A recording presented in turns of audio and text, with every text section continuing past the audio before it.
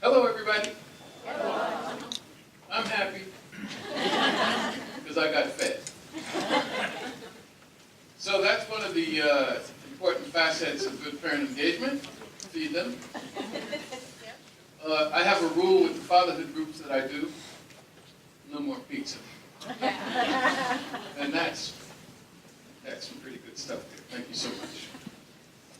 I'm happy to be with you folks tonight, and I just want to give you a little preview of some of the basic elements of partnering. We talk a lot about family engagement, but sometimes engagement sounds a little top-down. When we got our grant in Manchester for the parent engagement, we got a 5-year grant and $750,000 a year, which helped us to really kickstart our parent engagement. But when we decided on the title for the office, we call it the Office of Family and Community Partnerships. And partnerships is a little different than engagement. Engagement sounds a little top-down. Like, we're going to ask you to do some stuff with us or for us. But partnership is a whole different ball of wax and much more intense and much more focused. I think if you're going to be a partner, you have to share in the responsibility. And if you're going to be a partner, I don't know that you can be a good partner if you're not going to do some leadership. So counting on parents to provide some leadership, along with staff, is a very important piece. So we all come with our differences. We come with our challenges. All of our communities have differences. Manchester is quite a diverse community, and I'm sure this one is. And every community seems to be getting more and more diverse. And it's a good thing. We get to learn more about each other, and so we come in with this, what I call an iceberg. And this is the part that we see right up here, right? That's the part that we see. And a lot of times we make judgments based on what we see. We make judgments and we think about the expectations that we have for folks based on what we see. What we don't see is the stuff down on the bottom here. It's good to know that even if you don't know what's down on the bottom, you at least know that there's something there down on the bottom. And a lot of times parents will come to us in our organizations, in our agencies, in our state organizations, and they will come based on their deficits. And sometimes parents think of themselves and look at themselves through a deficit lens. And sometimes we as staff folks look at parents through that same deficit lens. Why? Because we've heard the same story over and over and over again. But there's more to it than just deficits. There are also assets. Sometimes we have to dig a little harder for the assets to try to find out what they are. It's my responsibility as a facilitator in working with parents. I call it scratch them a little bit so that they see the gold that is within themselves. Everybody's got something really good inside. And if we approach parents with that kind of an optimism, it'll make all the difference in the development of a relationship with them. So everyone has assets. We all have deficits.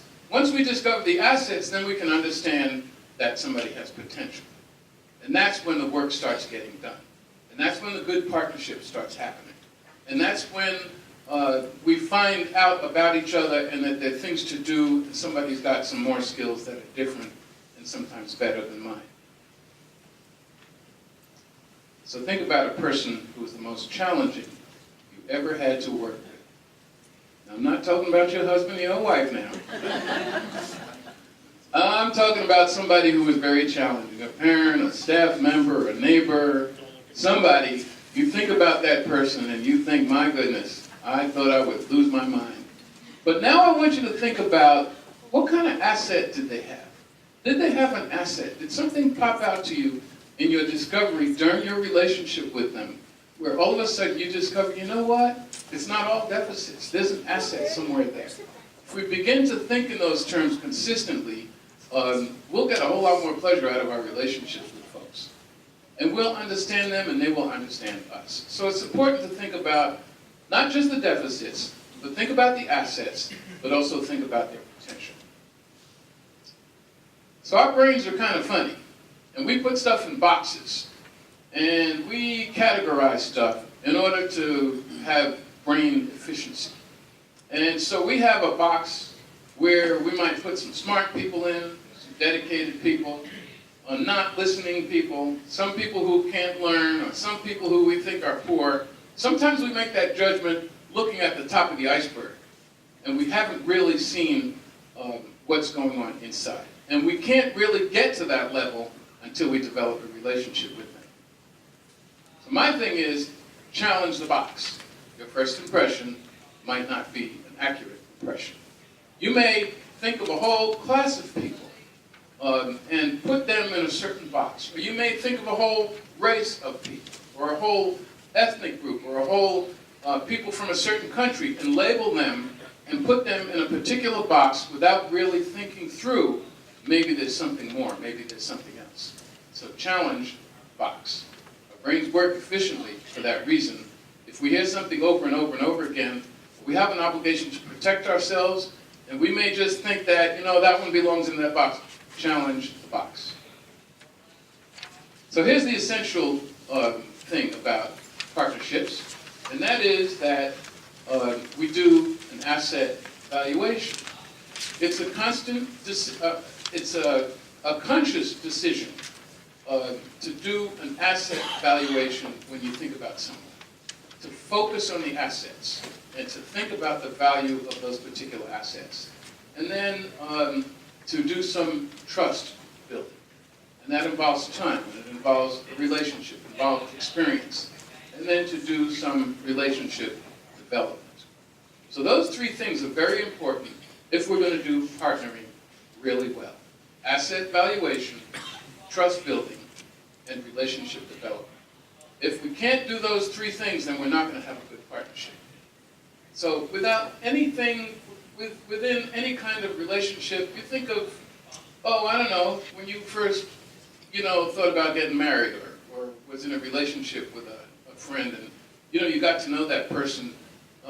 You're not going to skip over any of those steps and then have a great relationship with them. You've got to go through that. What do they bring to the table? What's my relationship going to be like? Can we trust each other? And does that trust build? And can we continue to develop relationships? I'm going to do a video, and it's about 5 or 6 minutes long. I don't know if some folks may have seen this or not, but there are two women in this video, and one is an elderly woman named Gladys, and she has been nonverbal for years. And she has gotten into this mode where she just does repetitive motion. I read recently that in nursing homes, 70% of what elderly people hear is negative. Don't do this, why did you do that, or stop doing this, or when are you going to do that? 70%. And so she shut down. And then the other woman, Naomi, is Jewish, and she runs the development center there, and she's going to try to do a relationship with Gladys. Here's what I'd like you to look for. I'd like you to think about the challenges in the formation of the relationship. I'd like you to think about the challenges and the differences between the two women. And I'd like you to think about their strengths. What are their strengths that each one of them brought to the table? And then finally, there's some great guideposts to relationship building in this video.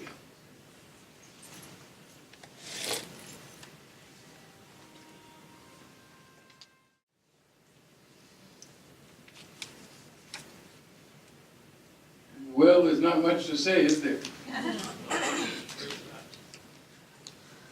So that's how to do a relationship. That's how to connect with someone. So you validate them, and you validate who they are and what they are and where they came from. And you celebrate it. And you move with them slowly. It's a process. It doesn't happen all at once, but it's a process. And it requires a certain amount of tenacity. Why?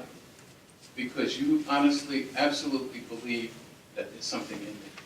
She didn't go in there thinking that, well, I'm going to just pass her by, just like a whole lot of other people probably did over the years. I'm not going to get anything out of her, so I'll just kind of pass her by.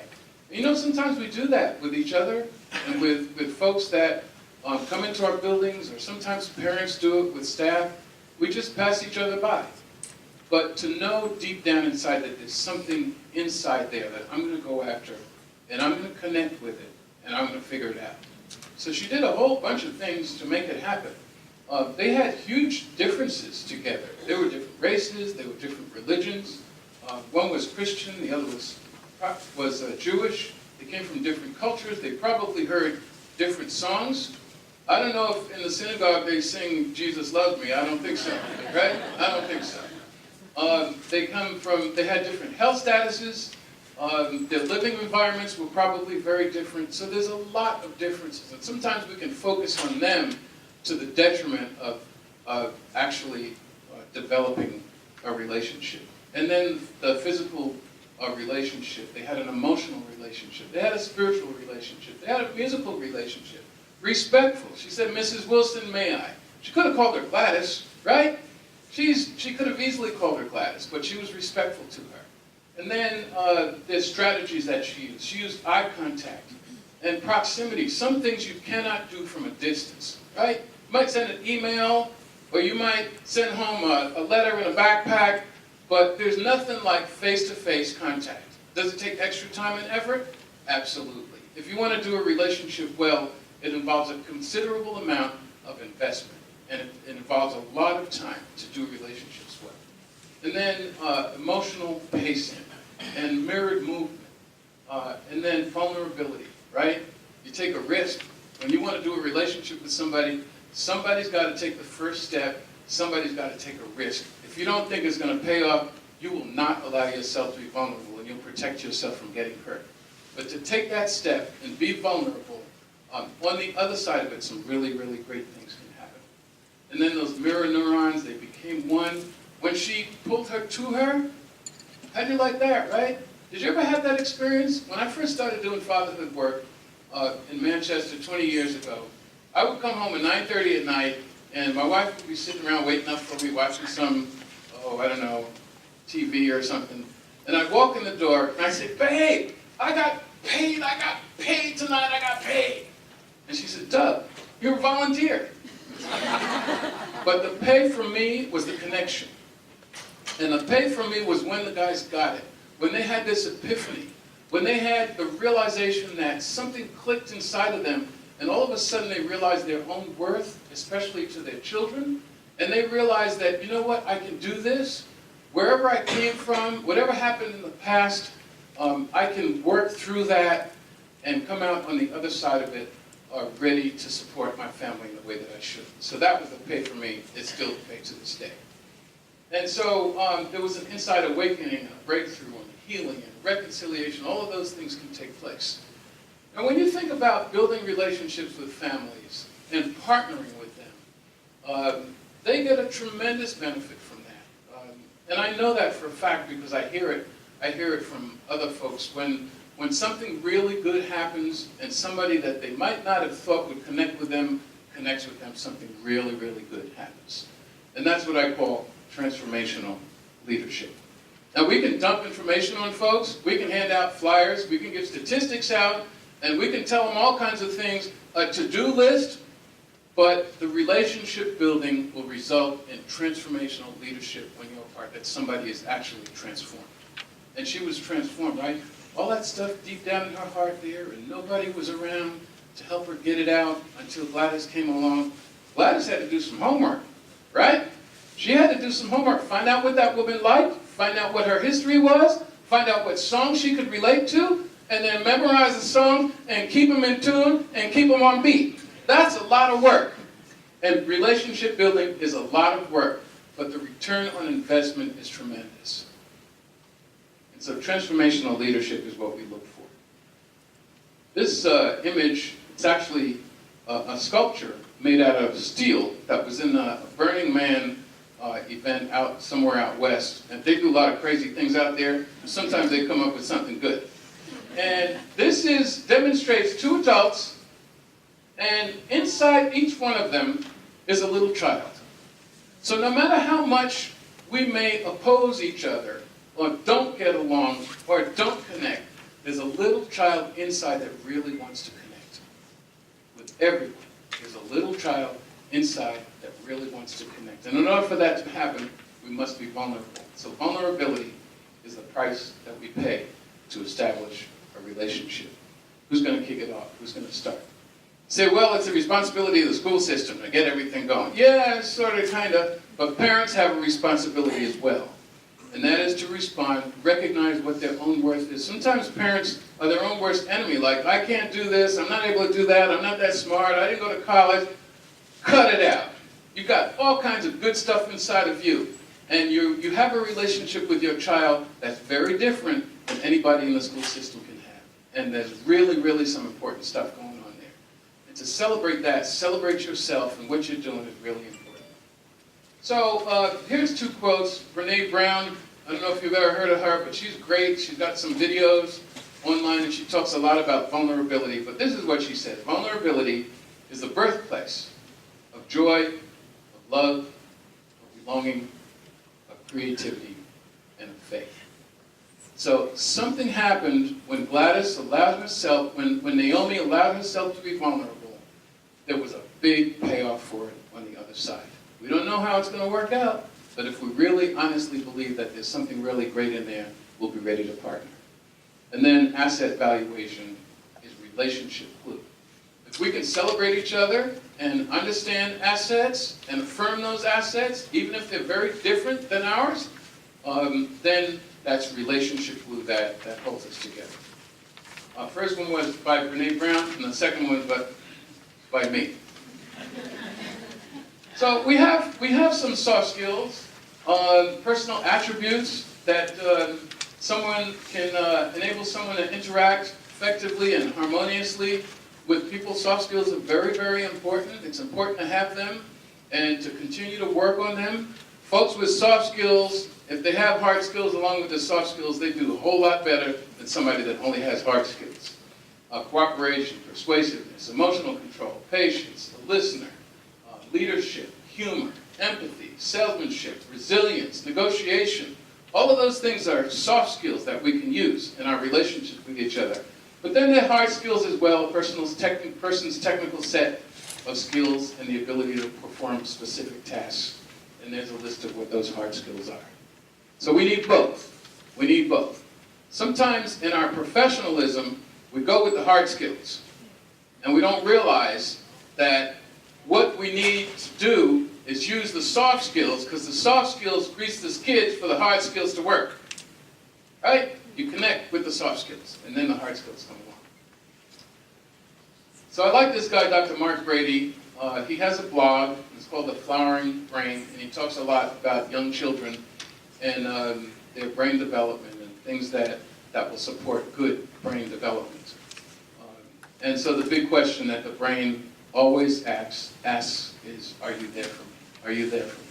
Every juncture, it's asking that in utero, right? First month, second month, third month, fetal development, proper nutrition for mom, exercise, nutrition, stress management, the kind of things that mom needs, prenatal visits, the kind of things that would support the development of the fetus inside of her. The brain of the child is constantly asking, are you there for me? Are you there for me? Are you there for me? I have a feeling that they're asking Dad that question too, in utero. So Dad, are you there for me? Are you giving Mom foot rubs? Are you rubbing her back?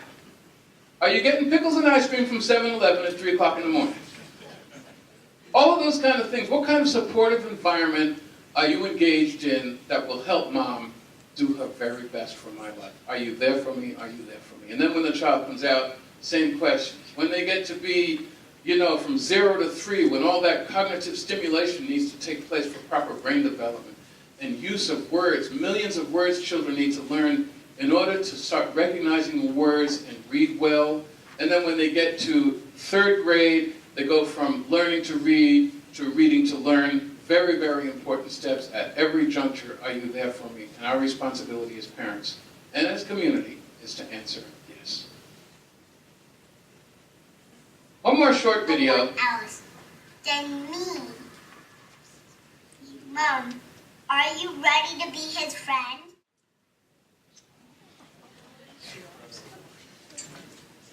So she wasn't using a teleprompter. She's 6 years old. Her parents are going through a divorce. and she had something to say. So when you think about little kids, and you think about their assets, and you think about what's inside of them, sometimes we don't even know until we allow them that opportunity to open up and express themselves. And she had some really deep stuff, right? A lot about the heart. And really, this relationship development is heart stuff. If your heart's not in it, you won't do it well.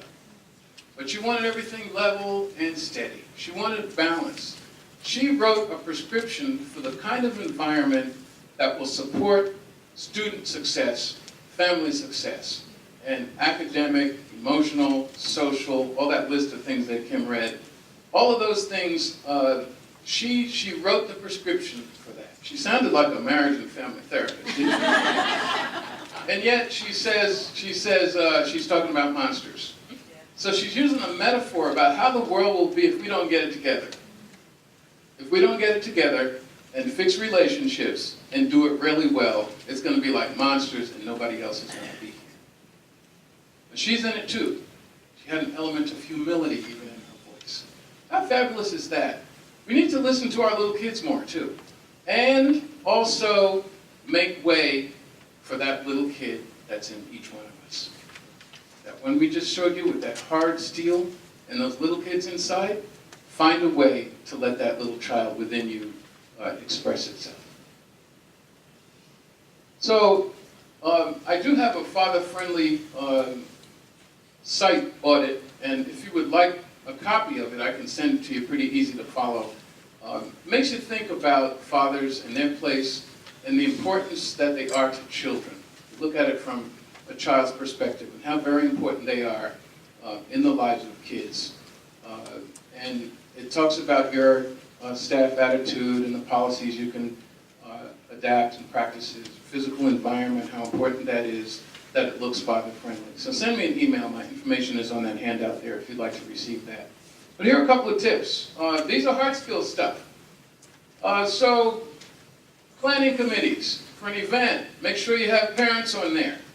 If you can invite parents, have parents on the committee, and you'll get some fresh eyes on it that will help support what you're going to do in a better way. Date and time convenient for most. Go outside the school occasionally. Go to a different spot. This is a great spot in here. It feels like you could have a wedding inside here. Right? Great food, great company, a little music. Yeah. And so go outside the school.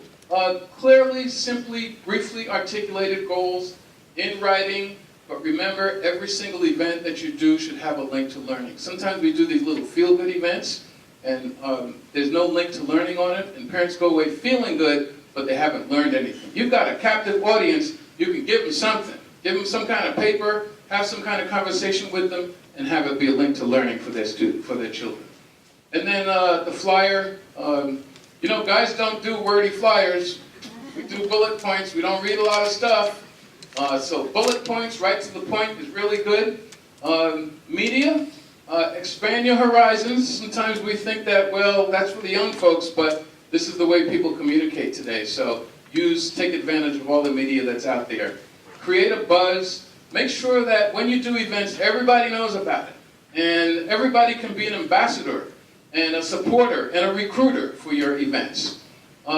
Name tags. You got great name tags here. So I like name tags with names big, bold, so you don't have to like stare at anybody to see it. You can see it from across the room. You think that's meaningless? That has to do with great relationship development because you're going to remember somebody's name. And then food, of course. Food. We got food. A mingle time, relationship building. We had a little mingle time in here. You're hitting on a bunch of good stuff here, Kim. And then introductions, take time, personal time out to do that. And then icebreakers, asset evaluation, trust building, relationship development. Do things that will promote the relationship. Continue to focus on what the goal is in the relationship building. So I'm going to speed through these because I'm out of time.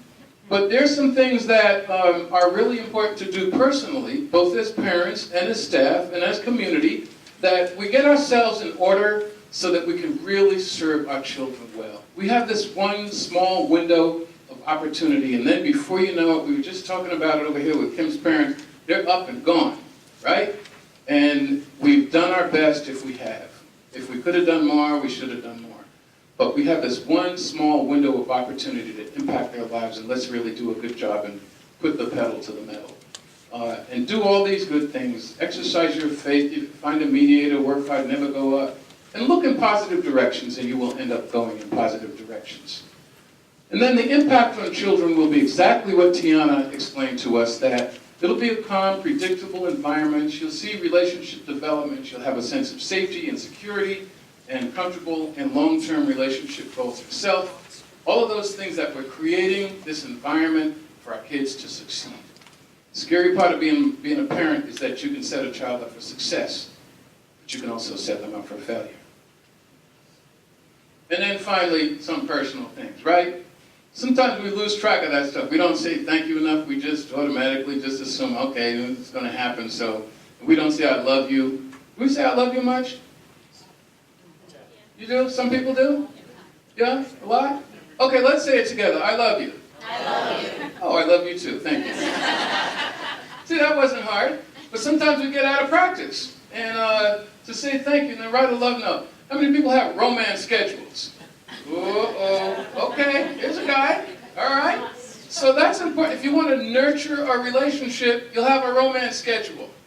Right? Somebody that's close to you, just like putting water on a plant or putting plant food in it. Some people squirt this stuff on there and they wipe each leaf off and polish it and shine it. Right? Really important stuff. If you value it, you will really take really good care of it.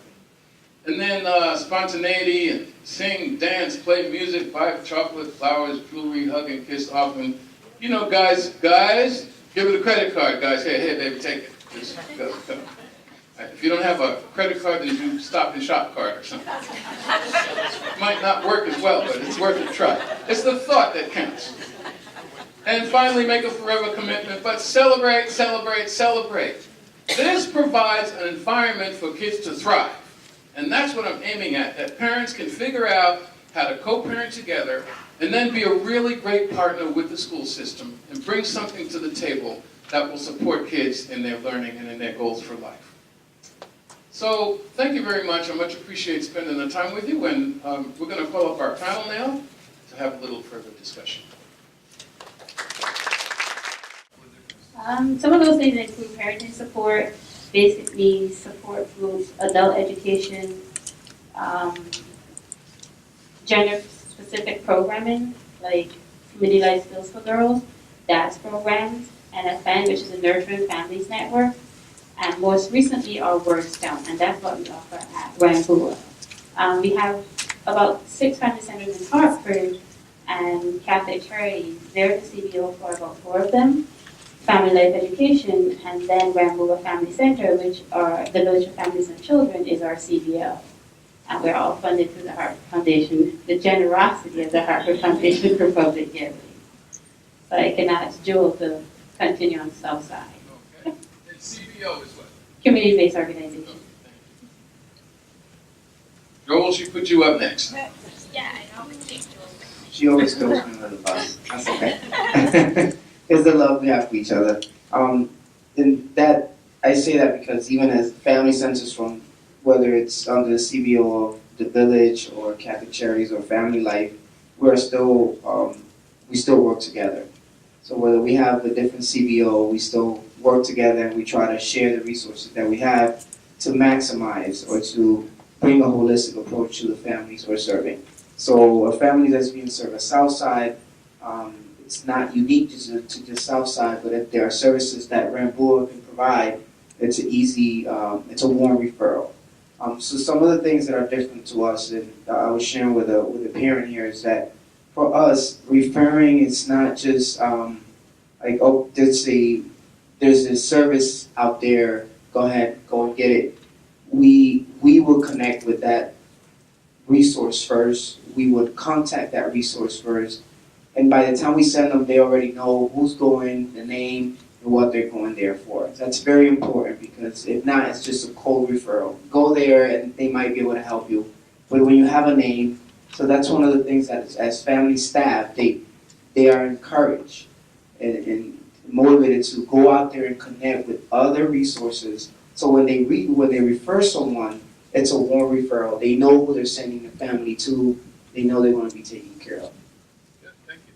Tell us about, you do a fatherhood program there too? Yes, that's Tell us a awesome. little about that, what the goals are for that. So the fatherhood program, most of the dads that we have in our program are dads that either have been referred to us by DCF, or they've been through the child support court system. And many of these dads don't have relationship with their children, not because they don't want to. And that's always the people think that it's they don't want anything to do with their kids. It has nothing to do with that. A lot of them feel ashamed that they have no job, and so through the child support court system, of course, their demand is for the dad to pay. And the dad is saying, I want to pay, but I don't have a job. And second, I'm just so ashamed that I don't even have a job to provide for my child. I would just rather stay in the background, stay in somewhere else where the child doesn't even have to see that I'm failing them. So a lot of the dads that we serve come from that referral source. And basically what we do at the beginning, and I'm glad you talked about relationship, is because when dads come to us, they already come with this code or this wall where I've been through 1,000 services, here comes another service, this is just another checklist, so the magistrates can feel that I'm doing something. And the first things we do is we try to connect with the father in just in a simple level. It could be as simple as talking about sports. Who played yesterday, and who is, a fan of whatever team. And little by little, beginning to build that trust with the dads. Because if you don't, you're not going to get you're not going to get the bottom part of that iceberg. You're just going to keep getting the surface, and you're going to be spinning around in circles. So for us, it's very important to make it welcoming, and to take the time to build a relationship with the dad, mom, and even the children. Thank you. So, Brianna, how are you? Always shy, nervous. Always shy and nervous? Well, we don't often do this, but we're wondering if you want to sing a song for us. No? Okay. All right. Well, then tell us what a parent representative does and how you got involved.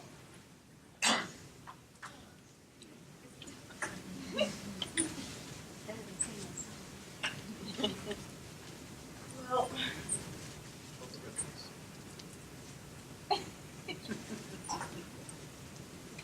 I'm sorry. This is a new experience for me.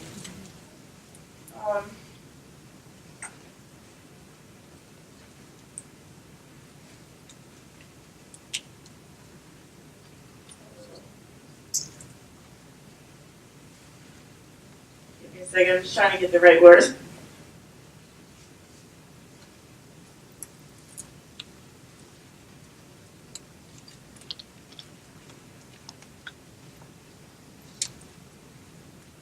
Well, when I first came into the Family Center, I was just a parent, just getting involved in, basically I needed some help, and there were some programs out there, like, oh my gosh.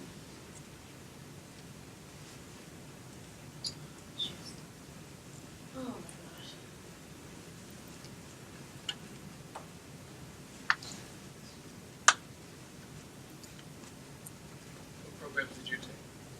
Oh, I've taken Triple P, which is Positive Parenting Practices. It's a wonderful program because it actually helped me to interact a little bit more with my children and learn some different skills. Is that one about parents changing their behavior so the kids change their behavior? Yes. Okay. It was a little hard at first. Didn't think it would work, but you just have to be consistent. The other program I became part of is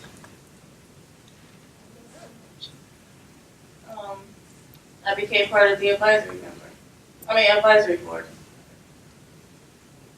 The advisory board is when we get together, whether it's monthly or every 2 months or whatever. We come together and we talk about the things that are going on in the Family Center and how we can better, how we can make the family center better. And what kind of suggestions would you have made, or the advisory group made?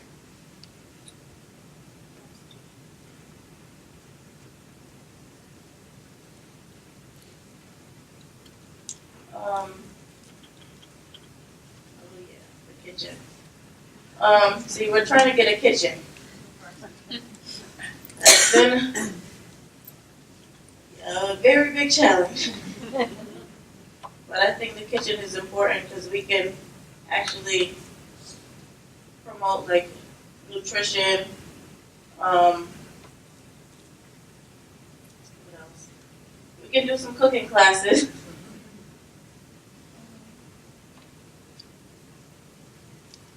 And just getting the equipment to be able to start this has definitely been a challenge. I guess they don't really see that as important as far as the other programs are going, but I think the kitchen is really important to have besides recreational.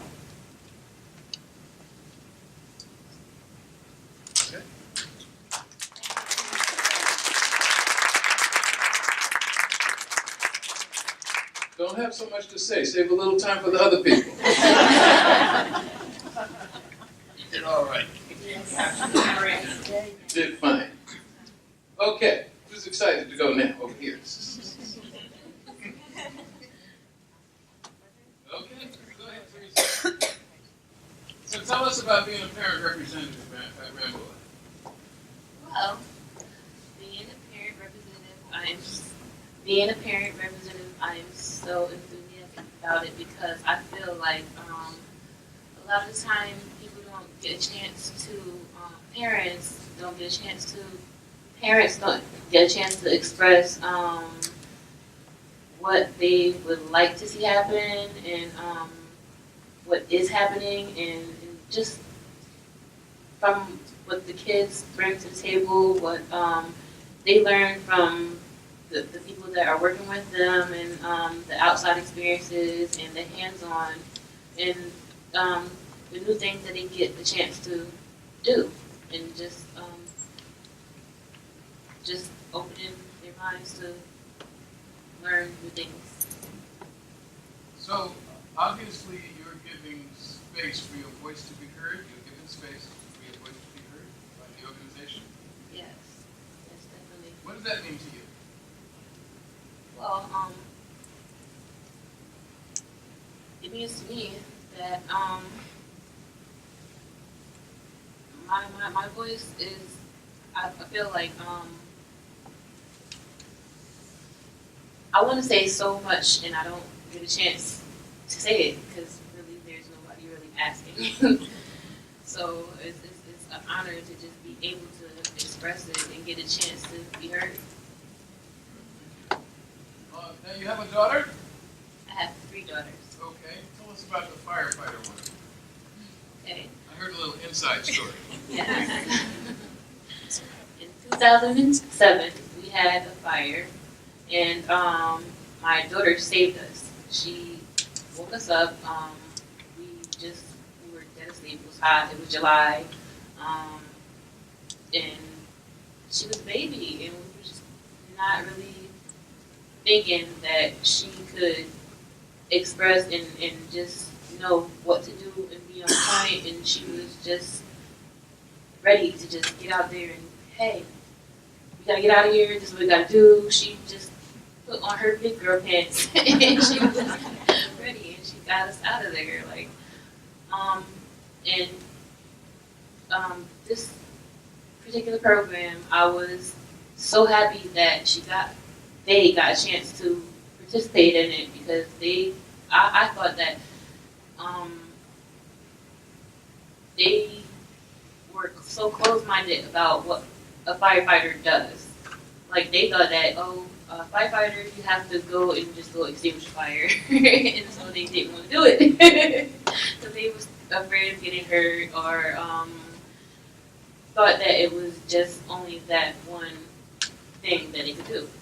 And it just gave them a chance to know that, oh, they learned CPR, they learned how to get in, just to be able to communicate with people, and they know what to do now. Like, they knew what to do before, they saw it on TV, but when when it's time to do it, I mean, it's time to do it. There's no second thoughts about what are you going to do, and they are able to do it without hesitation now, and it just gave them something to,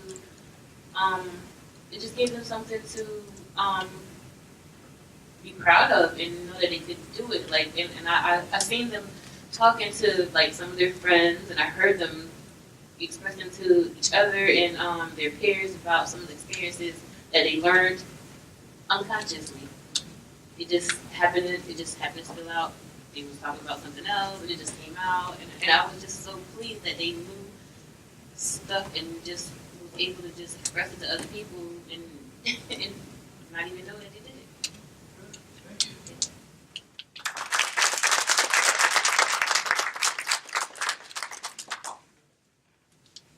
What Teresa is talking about is we hosted a program through the Hartford Fire Department called Girls Future Firefighters Program.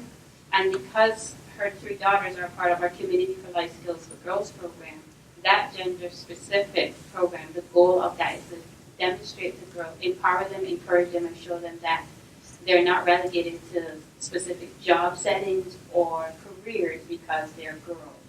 So we had them extinguish fires, train them, they're fully trained in CPR, and they become neighborhood consorts, so to speak. So in an emergency, they would know where to direct the community members, neighborhood staff, other members of their neighborhood, as well as their family. So that's what Teresa was talking about. Thank you. So keep your eyes peeled, folks. 20 years from now, our next fire chief in Hartford, your daughter. Daquan.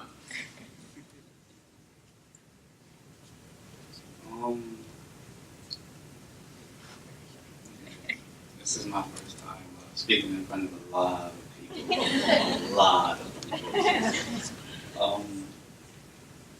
This program means a lot to me. Like, ever since I've entered it, I've started school through this program. I'm actually getting my transcripts in December.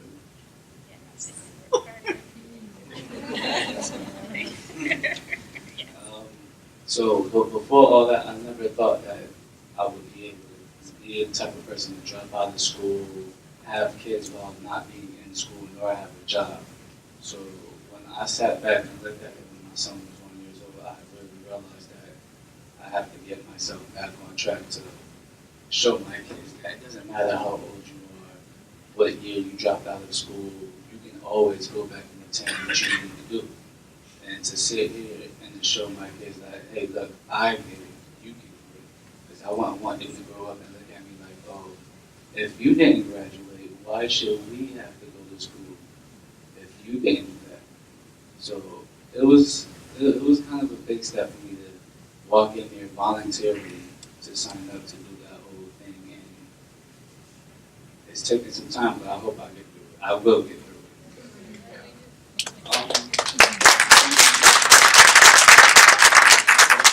Yes, and they will make sure you show up. And like when I first signed up, Mr. Being really me, she introduced me and like she asked me if I had kids, and when I told her yes, she forced me to take out books, like sign books out.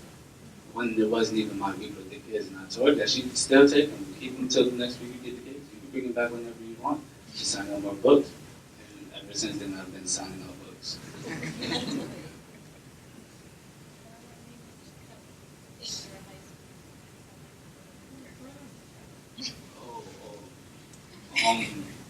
Another reason why I wanted to get my high school diploma through this program was because I was working for a temp agency.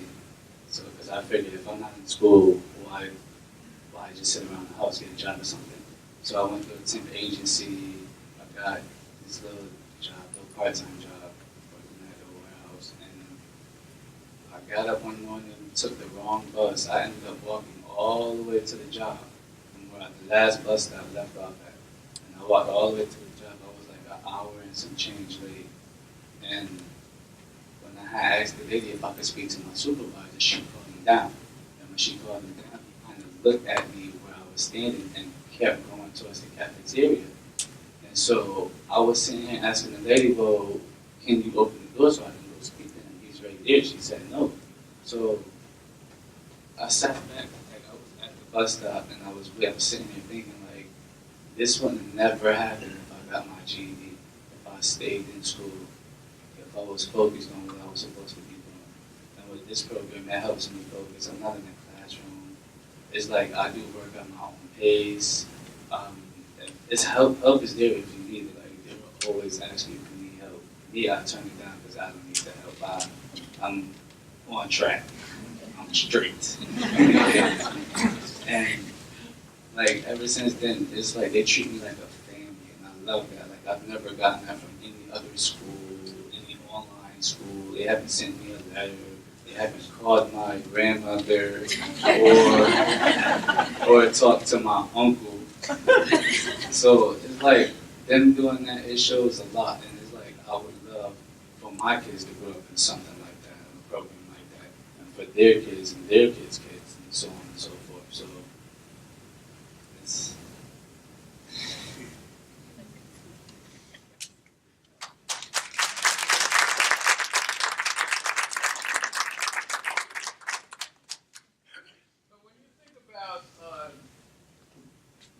When you think about a community such as this one that doesn't have that, the Family Center, the Family Resource Center,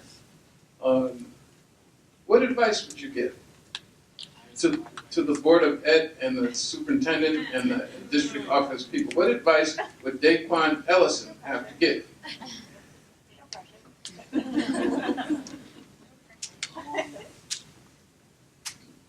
Be well family oriented and greet everybody with a smile. Everybody. Just cheese and no reason.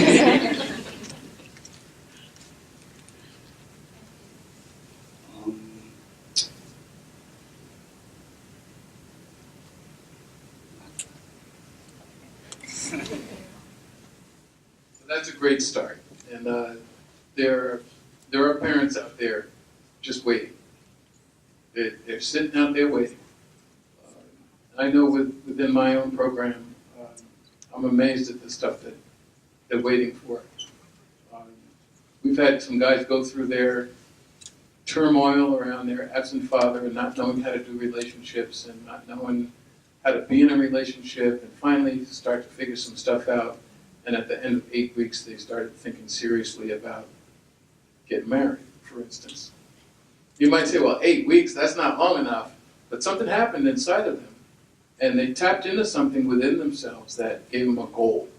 And I think that's exactly what you folks do here. So, Sabina, any advice that you would have? So, I've worked with Sabina a little bit. And I don't know how to say this delicately, but the girl, crazy. She left Barbados to come here. Okay? So tell us about that experience, what it was like coming. It was a cruise ship, and then it got here. That's it. I'm going to leave all the other stuff that I did out of it. That's my story, and I'm sticking to it. But like Doug said, we've worked together. We've played together in a couple of instances. And what I would strongly suggest, and I'm really passionate about parenting because I am a parent as well. And the thing that I would support any of you in your quest to support parents is let any program be parent-driven. You meet them where they are. You have an understanding of where they come from, their background, and they would guide you to what they need. These two parents here, I met Teresa through her kids, her daughters, and as a result of that, Teresa then helped me understand her a little more, so I was able to then present to the family what we can do. Again, it's parent-driven. Daquan came into our a co-parenting class, and then he just transitioned into the adult ed program. So I would implore you to just have an understanding of the goals that parents need, and they would tell you, just give them access to you. They have access to me all the time. They come walks into my office and just said, I'm here. Any parent comes in, we just meet them at the door and try to anyone interacting with is not the building, it's the content of the building. It's even if there's not an office that has this presentation of a family center or resource center, as long as there is someone there to say, hi, I'm here for you. Parents will understand and they'll lead you to what they need. Thank you, Sabina. And then final closing words by Joel Cruz. Any advice? I just want to remind folks that don't ever place yourself as a service provider. When it comes to a family center or family, we're dealing with other families. We have families ourselves. See yourself as a partner. You're working with the family, and although you think you're the one that's going to be, you're the expert at it, a lot of times, if you really just take the time to know that family, they want to show you more than what you're going to show them. So don't go with the mindset of that you're the expert, because none of us are. If we work together, their strengths and our strengths is what's going to make that family thrive. And us as a family center to sit here today as a panel and folks seeing it as a thriving center. I will always say it has nothing to do with me. It's really a partnership that I have with Brianna and her family and her kids. Her kids come into my office. I have a basketball there because we have a gym. So from time to time I'll act like I can play basketball. But he'll come in and he'll take the basketball all around the center. But that type of relationship where it's not, I'm not strict enough where they don't feel welcome, and like that place is their place as well. Thank you so much, Joel. And thank you very much, all of you folks. You did a great job. Really appreciate your